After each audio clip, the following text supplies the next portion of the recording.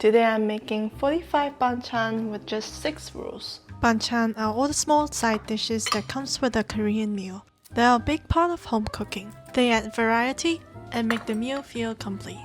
There's so many different ones, and at first I thought I have to learn each one of them separately. But after learning about them, I realized most of them actually follow a few simple patterns. They're not meant to be perfect restaurant versions, but if you understand these rules, you can easily put together a whole table of banchan at home without having to memorize 45 recipes. Rule number 1 applies to muchim and bokkeum. Muchim is when ingredients are mixed with seasoning, usually served cold or in room temperature. And bokkeum translates to stir fry. And a lot of the basic dishes actually follow the same base. Salt, garlic, and sesame oil are usually the foundation, and from that you can add chilli, sugar, or vinegar depending on the dish you're trying to make. So instead of memorizing each one, you just adjust the seasoning based on what you're making. Starting with a simple example, soybean sprouts are boiled, shocked in ice, and drained, then seasoned with salt, garlic, and sesame oil. Spinach works the same way as they're quick to cook, but you can use soy sauce instead for more flavor depth. And if you add gochujang, it becomes a spicy version using the same base. For watery veggies like cucumber, it's salted first to remove excess water. On top of the basic soy sauce, garlic, and sesame oil, I also added vinegar and chilli for a fresher flavor and sugar to balance them out.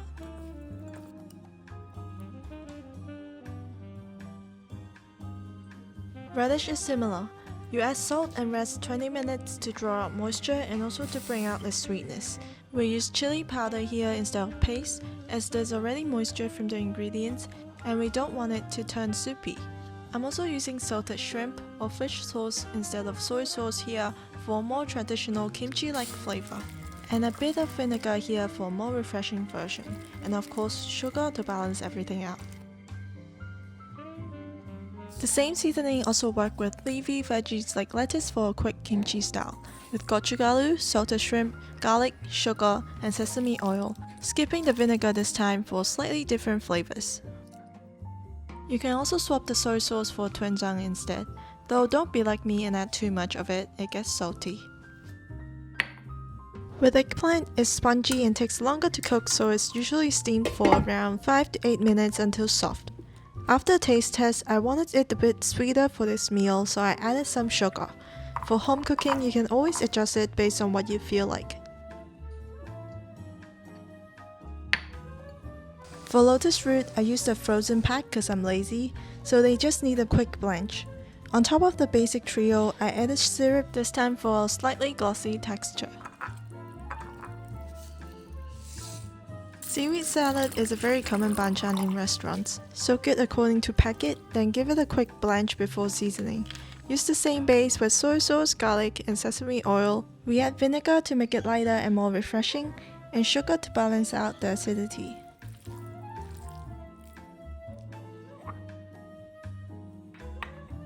And then the spicy squid salad. It's quick to cook, so give it a quick blanch, shock it in ice, then drain it. Then it's the same sauce base with gochugaru for heat, gochujang for a thicker, saucier texture, bit of vinegar to make it light, and sugar to balance everything out.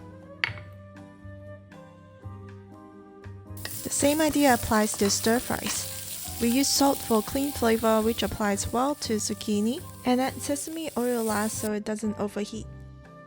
Use soy sauce and a bit of sugar for more depth in flavor. It pairs especially well with mushrooms, which already have a strong umami flavor.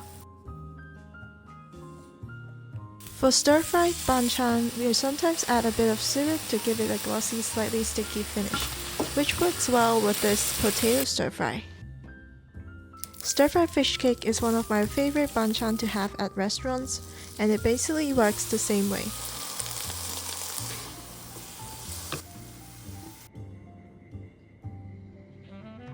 You can add gochujang for both a thicker, saucier texture and a stronger flavor.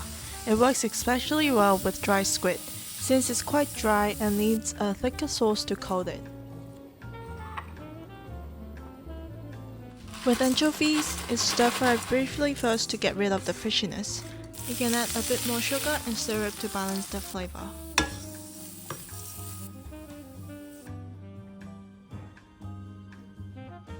You can also switch up the garlic with slices instead of minced for a slightly sharper flavor.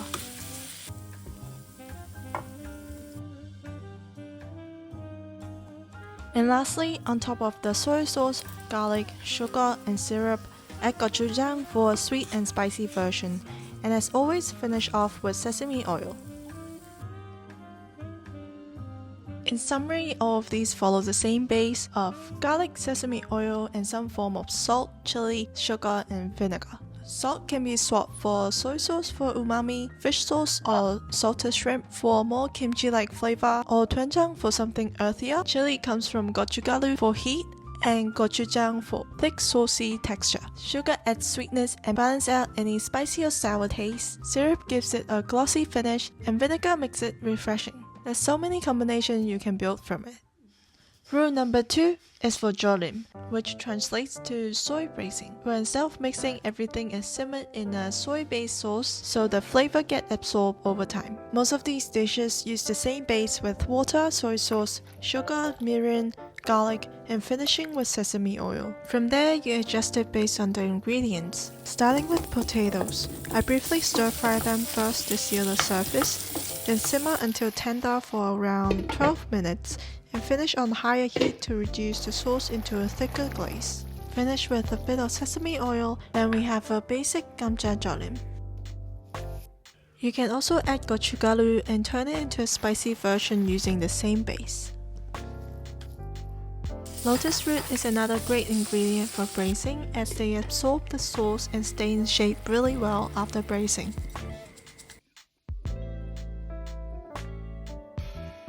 Tofu is more delicate, so they're pan-fried briefly before simmering so they hold their shape. Adding gochugaru and spring onion here for spicy braised tofu. With soybeans, they need to be soaked for about 8 hours, then cooked in water until tender for around half an hour before going through the same braising process. Simmering in sauce, then reducing it into a glaze.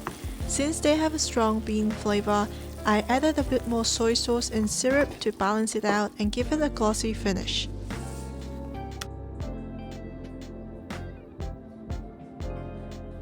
Lastly, jorim is a classic example. For meat, it's usually boiled first to remove impurities for a cleaner taste. Here I'm using beef brisket, which takes a while to cook, so I start by simmering the beef with some aromatics. Once it's tender after around an hour, you can tear it into strands or cut it into smaller pieces. Mine was a bit hard to tear because of the fat and connective tissue, so I just cut some of them up.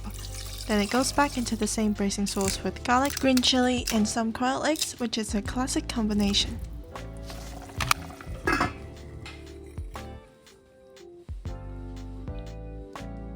Soy braising is a lot more straightforward. I'm basically using the same master sauce and making small tweaks depending on the ingredients. I've left the exact measurement for the sauce in the description box if you're interested.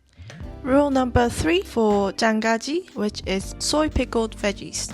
And they all use the same brine with 4 parts water, 2 parts soy sauce, 1 part vinegar, and 1 part sugar. Just bring it to a boil, then pour it straight over the ingredients. With that, you can have pickled garlic. It's quite strong, so you usually eat it in small amounts. Onions are cut into bigger pieces so they don't get too soft. They become slightly sweet and tangy and works really well as a side. Radish is cut into cubes so it absorbs the brine evenly. It stays crispy and it's really refreshing with heavier dishes. Cucumber is cut into thick slices so it keeps the texture. For green chilies, I poke holes so the brine can soak in. They're usually used more as a condiment.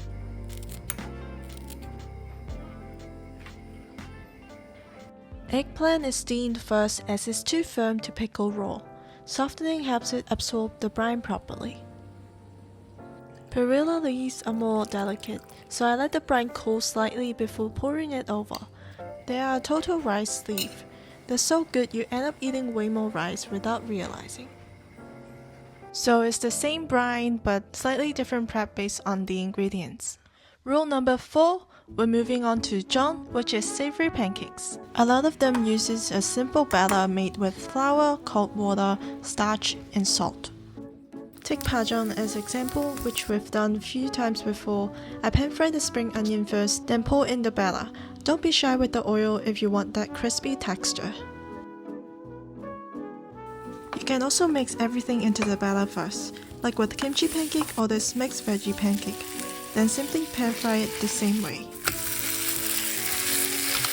They usually serve with a dipping sauce with equal parts soy sauce and vinegar with a bit of sugar. Since they are pretty oily, this acidity helps cut through the grease perfectly. For the batter, I've left the exact measurements in the description, but you can adjust the starch for crispiness and salt to your preference. There's another type of jeon where instead of making a batter, you coat each piece individually in flour and egg before pan frying. This is for when you want to keep the ingredients whole. Zucchini is sliced and lightly coated with flour and dipped into beaten egg before pan frying, so it stays soft inside with a thin, crisp layer outside.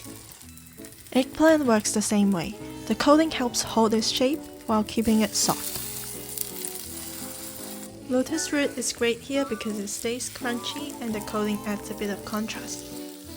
Shrimp is coated whole so you keep that bite and texture. And for meat patties, it's kinda like dumpling fillings with meat, tofu, and mixed veggies. The coating helps hold everything together while giving it a light crust. And you can enjoy them with the same dipping sauce of soy sauce, vinegar, and a bit of sugar.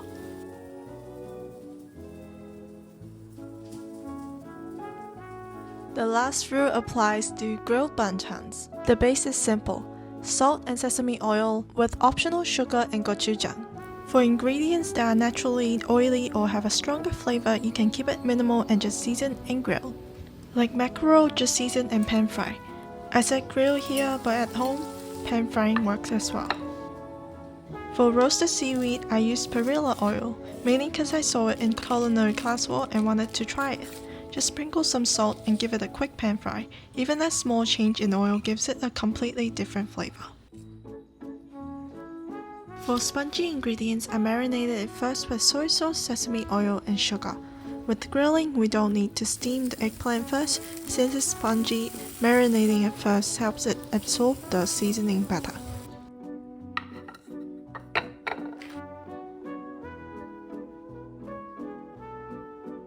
Same for mushrooms. They absorb flavor really well, and you end up with a nice charred surface and a juicy interior. If you want it spicy, you can add gochujang in the seasoning mix, but it burns easily, so it's better to glaze it near the end. For tofu, I pan fry it first until golden, add the sauce in as a glaze and give it a quick pan fry. Same with mackerel. Cook it first, then add the sauce at the end. That way you get the flavor without burning the sauce, and you'll have a spicy version of grilled mackerel.